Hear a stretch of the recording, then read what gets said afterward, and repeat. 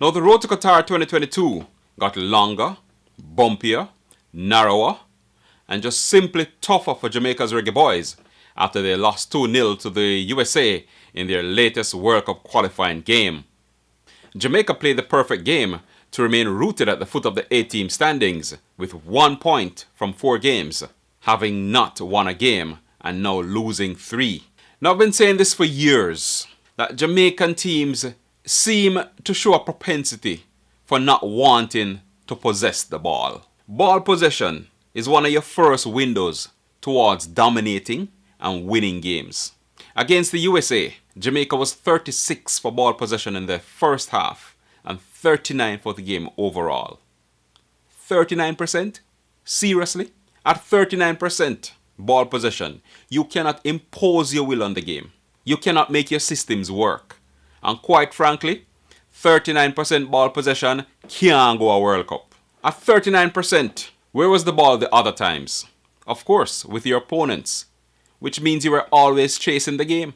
It got so bad that when Jamaica did have the ball, the only passes they could string together is when they are not under pressure, especially at the back. Once it came to making forward passes, they all came to nil. The turnovers were just like that. The US could sit back and say, okay, let Jamaica have the ball because they soon give it back to us. And that's exactly what happened.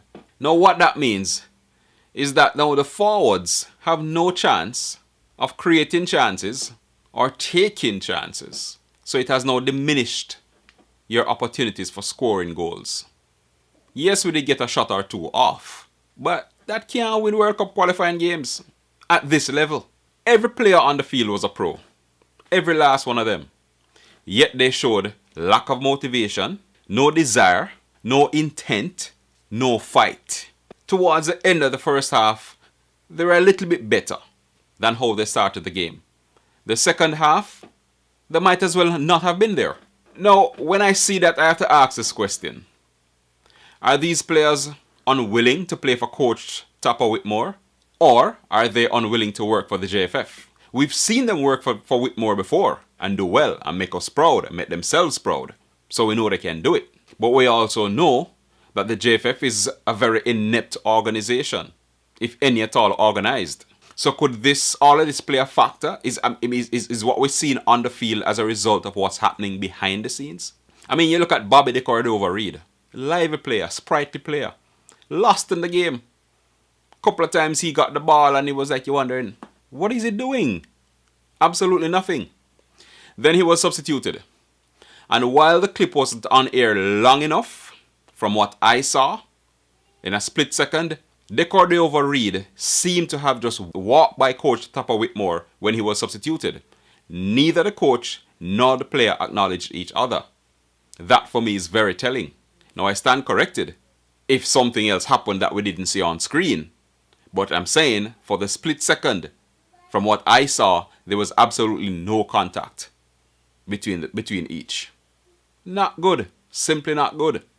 Now we think back to a couple of days ago. Mikel Antonio called up and apparently accepted the call. He made himself available. But at the very last minute, the man decided that he's not coming. And then he gave the lamest in the history of lame excuses for why he didn't make it. Travel logistics. As a professional player, what travel logistics are there that can stop you from flying from England to the USA for a World Cup qualifier? Seriously? Then he made a release. Of course, the release was the one that talked about travel logistics. Yeah. And the JFF, in the release, he said that himself, his club West Ham, and the JFF agreed that due to travel logistics, it's best if he stays in London. Imagine that. Then we saw a report that says something to the effect of he wanted to take his personal physio, which is fine. He's a professional player. Happens all the time. But then the JFF is saying that when he said it to them, it was too late because they had already gotten their exemptions for people coming into the United States. The question here is, when did Mikel Antonio know that he was going to travel to the US? And to Jamaica and to Honduras? Did he know the day before he was prepared to fly? Obviously not, because according to him, his bags were packed and he was ready to move. Of course, the ineptitude of the JFF is going to keep them and stop them from giving the media and the public reasonable explanations as to what is happening. Because that's just how they operate. They have no clue about management, no clue about public relations. If something look good, then of course they're in the limelight. But when something is awry, you don't hear nothing from them. Or of course you get the lame excuses. If you ask me, that's an insult to our intelligence. You expect us to support you because, we have to support the team. It's our team. By supporting the team, we support you. And the same JFF expect fans to turn up at the turnstiles and pay their hard-earned monies to help them out. Look at all these players you've brought in from England. Fans literally have to do their own research to know who these players are. Introduce them properly to the fans and say, create a connection and create a bond. So then Mikel Antonio can just decide, say, hey, I'm not going away.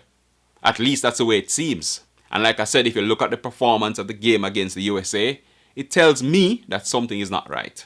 Now, here's one thing I'm not prepared to do. I'm not going to sit here and pretend to be technical about the what haves, what should have beens, what could have beens, who didn't, who could have, who did, or even if whether Whitmore is the right man for the job. I'm going to leave that to all the armchair pundits, the armchair coaches, the armchair technical experts, and the fantasy footballers. I can only go by what I saw on the field, which was not befitting of any team made up of professional footballers in a World Cup qualifying game. Don't get me wrong, losing is not the problem here. It's the show, how you lose. For Christ's sakes, at least turn up and fight. Play the game like it's supposed to be played. Play the game as if it means something to you, as if you want to go to the World Cup as much as we want to see you go to the World Cup. Yeah? And I'm saying I've seen these players done it before. So there's no doubt that they can. I think the problem is what's happening behind the scenes. And that's what we need to know. Anyway, like I said, based on what was on display against the USA, something more than football is wrong. But there are more games in this window. But based on the evidence, it not look good.